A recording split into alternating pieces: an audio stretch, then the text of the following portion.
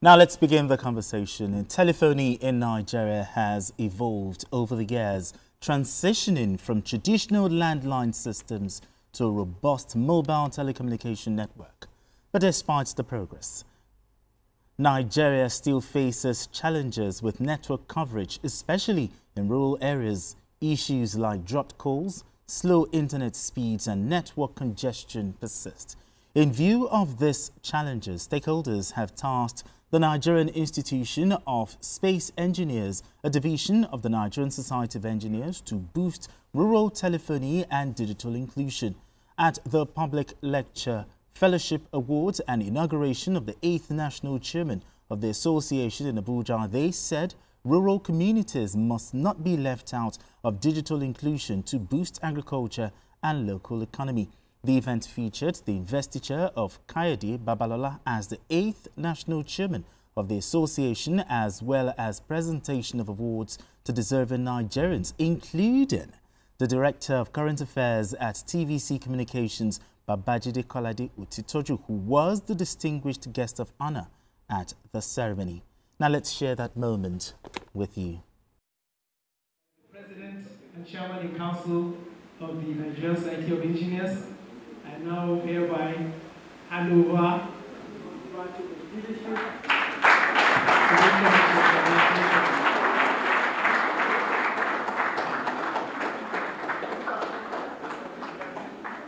No, Babalola is a silent person, silent achiever to cut it short. And I assure you, my son, Babalola Sunday, will not disappoint you. It is a great time to be in the space sector in Nigeria. What they were pushing for is for us to relook at the national space policy we have for the country to make it relevant or in time with the tunes. I believe that in anything we do, we should not leave the rural Nigeria behind, because agriculture contributes not less than 25% to the GDP of our country. And a lot of the agriculture happens in the rural areas. We need to support them, the farmers, as best as we can, even with technology, which you people are capable of providing in your own ways. We must have not just improved penetration of telephony, but there must be improved service delivery, because people are concerned about that. Even those of us in the urban centers, we do not really enjoy the services that much. You are speaking within 1 minute. It will just seem like the other person, the person at the other end is not hearing you, and you have to make a fresh call. So there is need for improvement.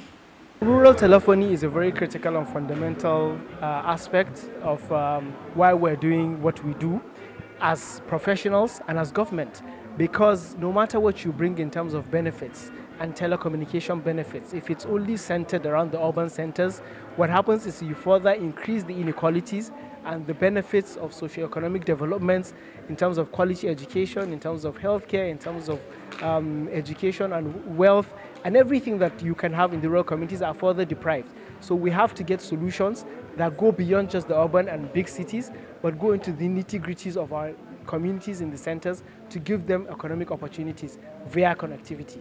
The job on my hands, of course, not an easy one, but I can assure you we have a very good foundation that we can build on to make us progress quickly, rapidly, to achieve the aims, objectives, vision, and mission of the institution. A lot of work is ongoing in terms of rural telephony, and we need to actually carry everybody in the country along. The National Broadband Plan is in place. Satellite technology is an enabler of this solution to cover where others could not cover. So I can assure you that we will continue to drive this to ensure that inclusion digitally cuts across everywhere in the country and globally. So let's begin. BKO, you were the distinguished guest of honor there, but tell us about the lecture and also the inauguration of the 8th National Chairman of the Association. Yes, it was a happy day. One thing that really struck me was the fact that past chairman of the association who are in there in large numbers. And it shows that the association is resilient. It shows that they are together. And I also observed a tremendous presence of women. Oh. So, and when I said that it is my wish to see Nigeria go to space, they told me, oh, we are already in space. We are space engineers, we are already in space. But what I meant was for Nigeria to go to the moon one day. To hoist our flag there. Yeah. You know, even if it's one person, as is usually the case, maybe one person, you know, representing us, we have to be seen to be making progress in so many ways. So, but I'm happy that they talked about rural telephony. Yes, there's a lot of improvement in terms of penetration of telecom services in the rural areas, but we still have a long way to go. There are still so many areas that are not covered. The activities of terrorists and bandits too, you know, come into play. When I went to Breningwari, people were unable to use their phones because base stations have been destroyed by bandits. So people now go to climb hills and mountains so that they can then see a network on their phones. I saw them. As you are driving out of Breningwari, you see there's some hills on the right side. So you need to climb the hill I saw some people climbing trees. Just to get network? Just to get network. Yes, the activities of bandits. Bandits, you see, people in Breningwari, you are not going to use your phone to transfer money. People carry cash about. Is that bad? Because years of terrible activities of bandits. They've destroyed banks in the city, in the community. They destroyed base stations of telecom companies. So this is, and once those base stations are destroyed, how do you then make phone calls? So we need, the farmer too needs to connect. True. You know, with those who are going to buy what is producing and all that. So it was a very good theme. In the development of our country, in the growth and development of our country, I am convinced that no part of our country should be left behind. I am also somebody who is convinced that we have not fully explored the tremendous potential of agriculture. Agriculture, as I said, contributes not less than 25% of our GDP. What is the contribution of even the telcos?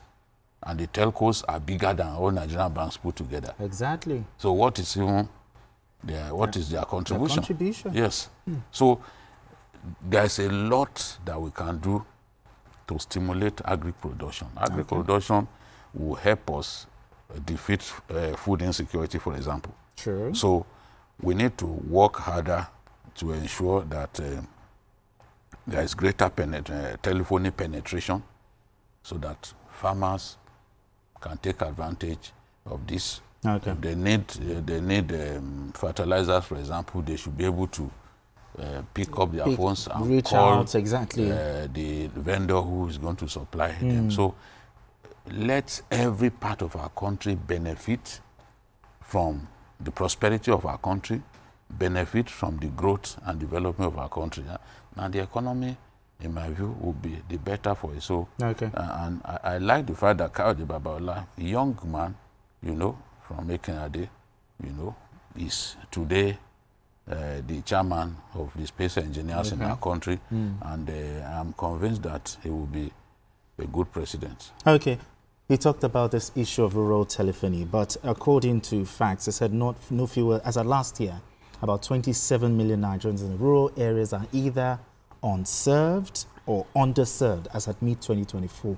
This issue of rural telephony, is this a possibility?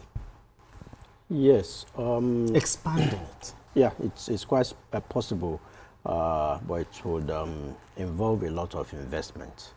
And while congratulating BKO on that award, I also want to say that, you know, I think there are two ways to do this. Maybe to license some local operators who can specialize in rural telephony, or grant some incentives to the big operators. To some sort of like waivers, import waiver, tax waivers, so that they can further penetrate, like what the CBN did with banking inclusion, by ensuring that POS operators are licensed to, take banking into the rural communities, because you discover that for some of us, I'm from, like Jide would say, I'm from Igbimo. He prefers to call it a rustic town. That has affected his supply of rice, of Igbimo rice. So, but when I go to the village at times, it's difficult for you, because in the uptown where you get 5G, 4G minimum, but in the village probably it's 2G.